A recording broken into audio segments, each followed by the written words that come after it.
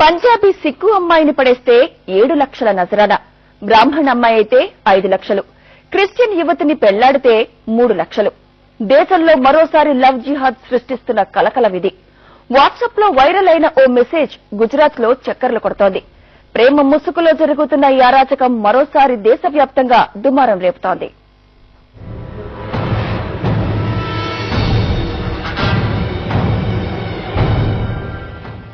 Love జిహాద్ ముస్లిం యువకులకు నగదు బహుమతిని ఎరగా వేసి ప్రేమ పేరుతో హిందూ, క్రిస్టియన్, జైన యువతుల్ని పెళ్లి చేసుకునేందుకు పురిగొల్పడమే love jihad.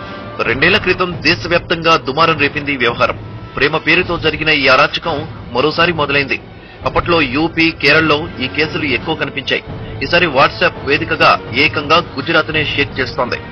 Students of Muslim youth forum పేరుతో ఉన్న వాట్సాప్ గ్రూప్ నుంచి వెళ్తున్న ఓ SMS వైరల్ అయింది. సాధ్యమైనంత ఎక్కువ మందిని ఇస్లాం మతంలో చేర్చడమే లవ్ జిహాద్ ఉద్దేశంగా కనిపిస్తోంది. ఇందుకోసం ముస్లిం యువకుల్ని పావులుగా వాడుకుంటున్నారు కొందరు. లక్షల రూపాయల నజరానా చూపించి ప్రేమ పేరుతో మత మార్పిళ్ల మార్కెటింగ్ చేయిస్తున్నారు. సిక్కు పంజాబీ అమ్మాయిని పెళ్లాడిన ముస్లిం యువకుడికి 7 లక్షలు ఇస్తారట. గుజరాతీ బ్రాహ్మణ యువతైనా, పంజాబీ హిందూ అమ్మాయి అయినా పెళ్లి చేసుకుంటే 6 లక్షలు ముట్టజెప్తామంటున్నారు. అదే బ్రాహ్మణ యువతైతే 5 లక్షలు, క్షత్రియులైతే 4.5 లక్షలు, క్రిస్టియన్ రోమన్ క్యాథలిక్ అయితే 4 లక్షలు, క్రిస్టియన్ ప్రొటెస్టెంట్ అయితే 3 లక్షలు ప్రకటించారు. జైన్లో గుజరాతీ కచ్గాల్స్ ని మ్యారేజ్ చేసుకున్న ముస్లిం యువకులకు 3 లక్షల చొప్పున నగదు బహుమతి ఇస్తారట. ఇలా ఒక్కో ముస్లిమేతర మతానికి చెందిన యువతులకు ఒక్కో రేటు కట్టారు. దేశభక్తి ఎంత ఎక్కువ ఉన్న వారిని మత మార్పిడి చేస్తే అంత ఎక్కువ నజరానా అన్నది వారి సందేశంగా కనిపిస్తోంది. మరి నజరానా ఎవరిస్తారు? దీనికి కూడా వాట్సాప్ మెసేజ్ లోనే సమాధానం ఉంది. 4 అడ్రస్లు, 11 ఫోన్ నెంబర్లు ఇచ్చారు. ముస్లిమేతర యువతులను పెళ్లి చేసుకునే ముస్లిం యువకులు ఆ అడ్రస్ లోకెళ్లి బహుమతి సొమ్ము తీసుకు మత మార్పిళ్లకు పాల్పడడానికి ఓ కారణం ఉంది.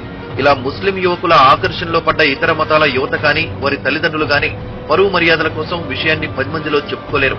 ఈ వీక్నెస్ లవ్ జిహాద్ కు ప్లస్ పాయింట్.